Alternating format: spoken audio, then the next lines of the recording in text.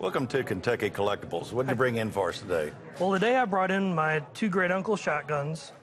When they got out of the service, they started shooting trap and skeet a lot, and these are their two Brownings that they bought that they shot skeet with. Other than that, I really don't know much about them, which is why I brought them in today.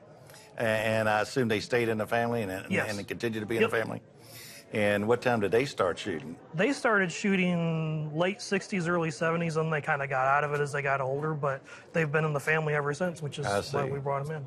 Well, what these are, these are Superpose, and they are made by Browning, and these are the icons of skeet and trap. And these guns, the base guns, started off with something way below this.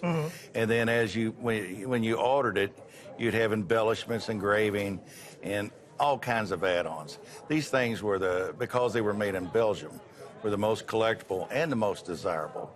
And especially in Kentucky here, a lot of skeet and a lot of trap, and we're coming up on dove season. But these things are actually the most desirable, in my opinion, caliber. These are 410, and both of them are 410, and they have 3-inch chambers, which give you a little extra use of it, a different type of grade shells. And it has the ventilated barrel on them, or ventilated ribs on them. And that's another cost factor that goes into it. They're both 26-inch barrels, which is about normal. And like on the butts, you can see this has a standard hard plastic butt plate, and this has a padded. And that was, maybe because the adjustment, and it wasn't because of the kick, but it was adjusted when they pulled it up and pointed it, and it fit better with the rubber pad on it. They're beautifully checkered wrist and forearms on them.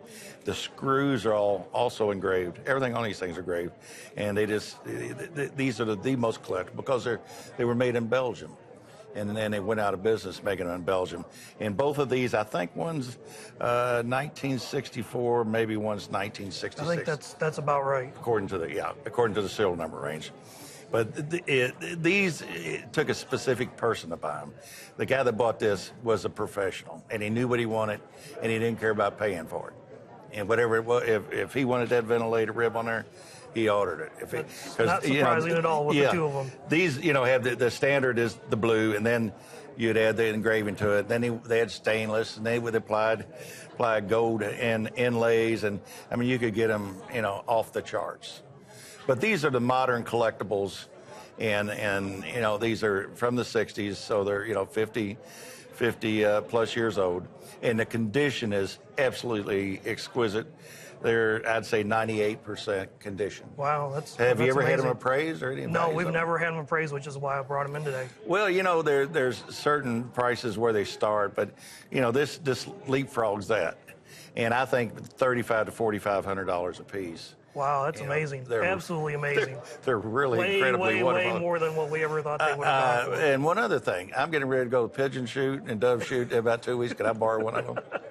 I don't know. We might have to work something out there. All right, well, thanks for coming in. Thank you.